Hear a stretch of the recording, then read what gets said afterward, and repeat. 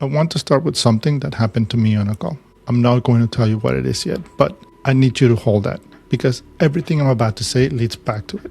What I will tell you right now is this. There are moments in this job that don't stay in the past where you put them. Most memories fade. Most experiences soften over time. That's how the brain is supposed to work. But some moments, the ones that happen at the wrong time, under the wrong circumstances, with the wrong outcome, those ones stay close, right underneath the surface. And most of the time, you're fine. You're functional. You're showing up. You're doing the job. And then somebody asks you a question and suddenly you're not where you were 2 seconds ago. You're right back there. And the question that takes most people in this job back there isn't complicated. It's one of the most common questions we ever get asked. What is the worst thing that you have ever seen? I have been asked that question more times than I can count. At parties, family dinners, first dates, casual conversations with strangers who find out what I do and then they lean in with that look, that curious, slightly excited look, like they're about to hear something from a movie. And every single time there's this split-second decision I have to make. Do I protect myself or do I perform? Do I give them something light, something that satisfies the curiosity without costing anything? Or do I give them something real? Because here's what most people don't understand when they ask that question. They think they're asking information. They're not. They're asking you to go back. And for a lot of people in this job, for a lot of people carrying what we carry, going back isn't natural. It's not like flipping through a photo book. It's more like opening a door you spent a long time learning how to keep shut. And most of the time, we open it anyway. Because we don't want to make it weird. Because somewhere underneath all of it, there is this part of us that is used to absorbing things so other people don't have to. So we go back, we tell the story, we give them what they came for, and then we carry it home. Now, I want to be fair here before I go any further. I don't think people ask that question to cause harm. Most of the time, they're genuinely curious. They've never seen that side of life. The entire reference point of what we do is built from TV shows and movies, where the most dramatic moments are cinematic and wrapped up in 45 minutes with the score playing in the background. They don't know what they're actually asking. And that's not a criticism. That's just the distance between their world and ours. But what I do think is worth talking about, and why I think this conversation matters beyond just the awkward social moments, is what that question actually does to the person being asked. There's a researcher named Bruce Perry. He co-wrote a book, What Happened to You? And one of the core ideas in that book is something that every first responder, every soldier, law enforcement, firefighter, every person who's lived inside sustained high stress experiences needs to understand about themselves. Your brain doesn't separate memory from state very cleanly. And what that means in plain language is this. When something reminds you of a high stress moment, your body doesn't just recall it intellectually. It could actually re-enter it physiologically. Your heart changes, your breathing shifts, muscle tension returns. That low hum of alertness that you know from the job, it can come back from just a question, from just a word. You're not just remembering, you're re-entering. So when somebody casually asks, what is the worst thing you've ever seen? At a barbecue, at a Christmas dinner, with a drink in their hand, and genuine curiosity on their face, they're not asking for a story. They're asking you to revisit a state your body worked really incredibly hard to survive in.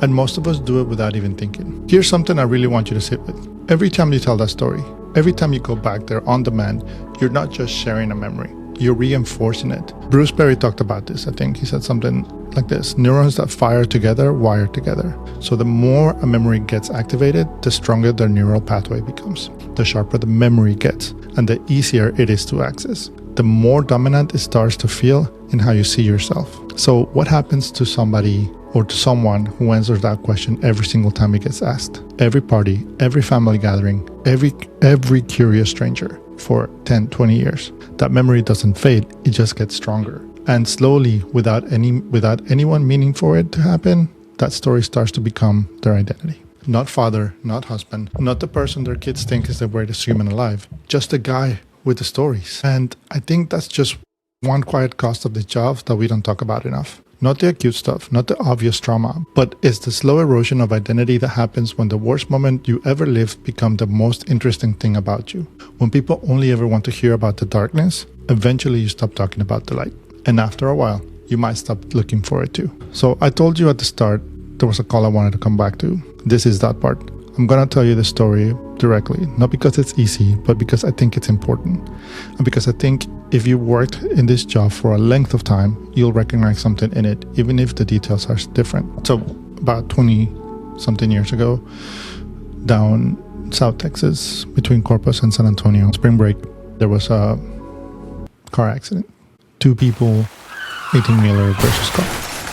It was a dark day, rainy, cloudy, a little chilly. Oh, you can feel the rain, you can feel the sprinkles and the wind coming in your face. Sitting in the station outside, talking to some friends about some calls that we ran, and the tones drop. You hear that voice on the dispatch center saying, medic 22, respond, traffic accident, 18-wheeler versus car, one pinned in. Your heart just drops. You start thinking, okay, what am I going to? And everything in front of you disappears. You can't think past the next 30 seconds and you focus. You start going and you start thinking, what am I going to see?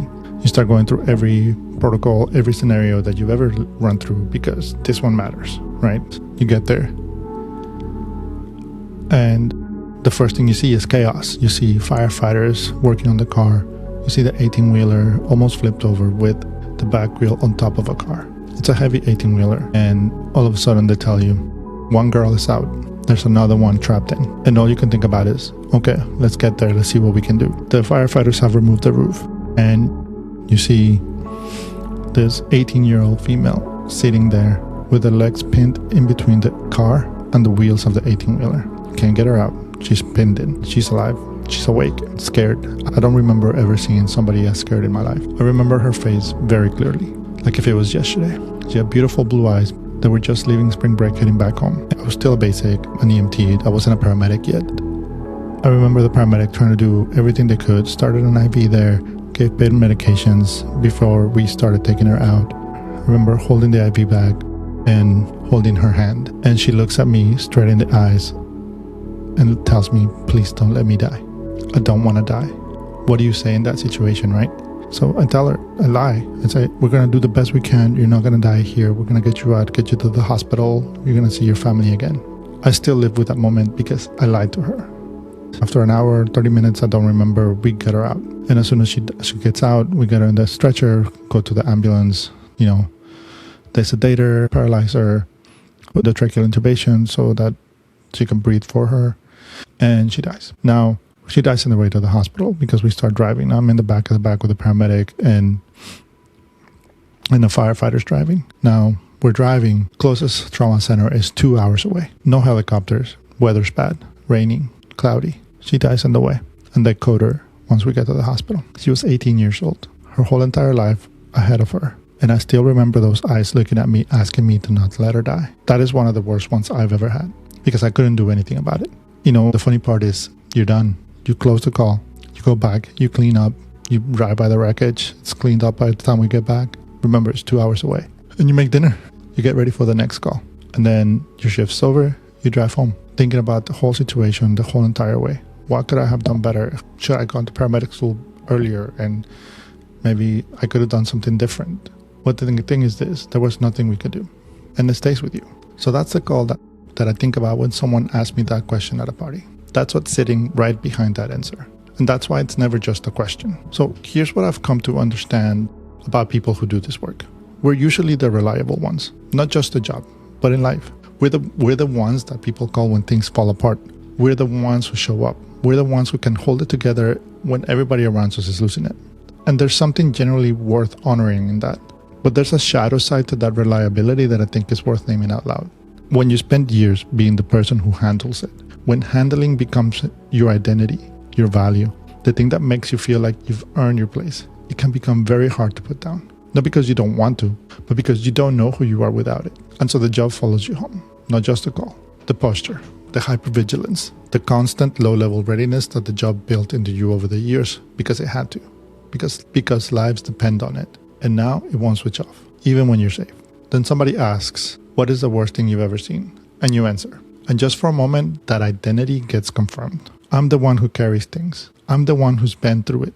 And it feels like being seen, but it's not being seen. It's being reduced. Because you are so much more than the worst call you've ever run. So here's what I have to say to anyone who generally wants to understand someone who carries weight for a living. Ask better questions. Ask them what made them choose this work. Ask what is it taught them about people, because working in emergency medicine gives you an understanding of human nature that simply you cannot get anywhere else. Ask them what are they proud of that has nothing to do with the job. Ask what keeps them grounded when the job tries to take everything, because those questions don't pull someone back into their worst moment. They invite them into who they actually are. And for the people in this job listening right now, I want to say something directly to you.